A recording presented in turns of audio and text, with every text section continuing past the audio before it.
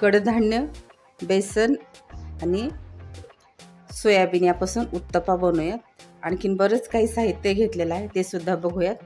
प्रथम 1 वाटी भोपळा घेतलेला आहे मी किसून, चवळी आहे अर्धी वाटी, मटकी आहे अर्धी वाटी, हरभरा डाळ आहे भिजवलेली अर्धी वाटी, थालीपीठ बनवण्यासाठी जे आपण पीठ घेत असतो ते अर्धी वाटी आहे, मूग आहे अर्धी वाटी, वाटाणे आहेत, सोयाबीन क्रश करून घेतलेले आहेत मी, जवस चटणी आहे 2 चमचे आणि बेसन 1 वाटी आहे साधारण, काकडी आहे, तिळाचं कूट, हा 1 बटाटा किसून घेतलेला आहे. कृतीला सुरुवात करूया.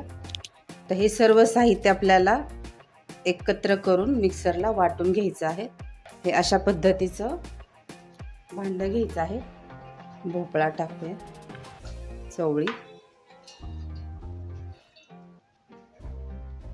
वाटाणे, मूग, जवस चटणी, बेसन आणि हे पीठ थालीपीठचं, लिंबाचा रस टाकूया,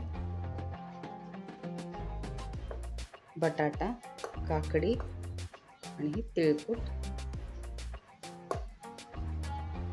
चवीपुरतं मीठ, 1 चमचा लाल तिखट. आता हे झाकण ठेवून आपल्याला मिक्सरला वाटून घ्यायचं आहे आणि मग नंतर उत्तप्पा बनवूया. सर्व कडधान्य मी वाटून घेतलेले आहे, पेस्ट झालेली आहे. आता आपण हे बाउलमध्ये काढून घेऊया.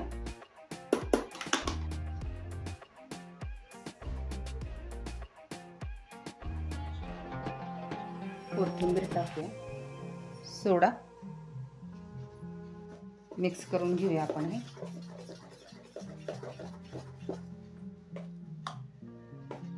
आणि आता पॅन गरम करून उत्तप्पा बनवूया.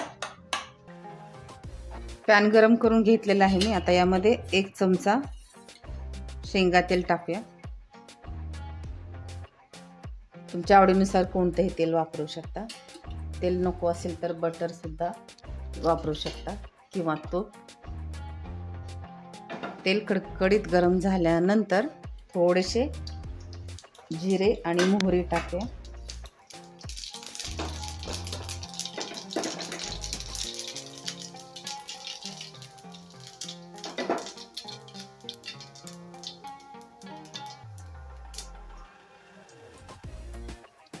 नेहमी आपण प्लेन उत्तप्पा बनवतच असतो, पण अशा पद्धतीने फोडणी देऊन केलेला हा कडधान्याचा उत्तप्पा खूप चविष्ट लागतो आणि पौष्टिक सुद्धा आहे. जिरे मोहरी छान प्रकारे भाजले आहेत. आपण यामध्ये हे बॅटर टाकूया, मिश्रण टाकूया.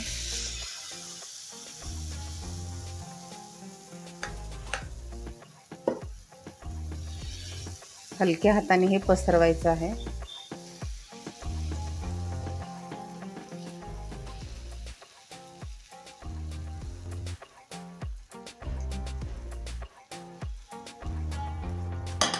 मंद आचेवर 5 मिनिट आपल्याला हा उत्तप्पा वाफवून घ्यायचा आहे. झाकण ठेवून देऊयात.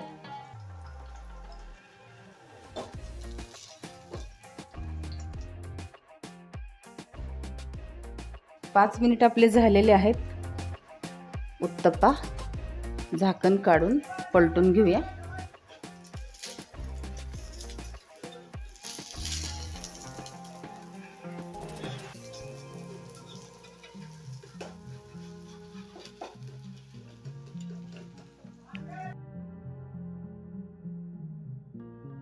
उलटण्याने हे प्रेस करून घेऊया. पलटून भाजून घेऊया, जेणेकरून आपण जे कडधान्य, सोयाबीन, काकडी,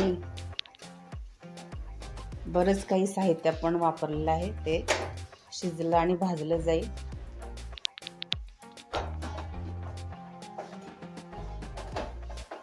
गॅस बंद करून घेते मी आणि हा उत्तप्पा प्लेटमध्ये काढून घेते.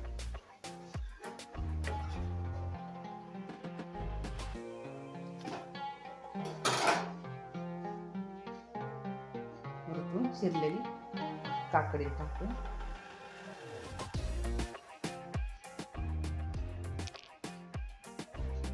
रेसिपी कशी वाटली मैत्रिणींनो नक्की कळवा आणि तुम्ही सुद्धा या पद्धतीने नाश्त्यासाठी मिश्र कडधान्य आणि पिठाचा उत्तप्पा बनवून बघा आणि आपल्या चॅनलला सबस्क्राईब करा.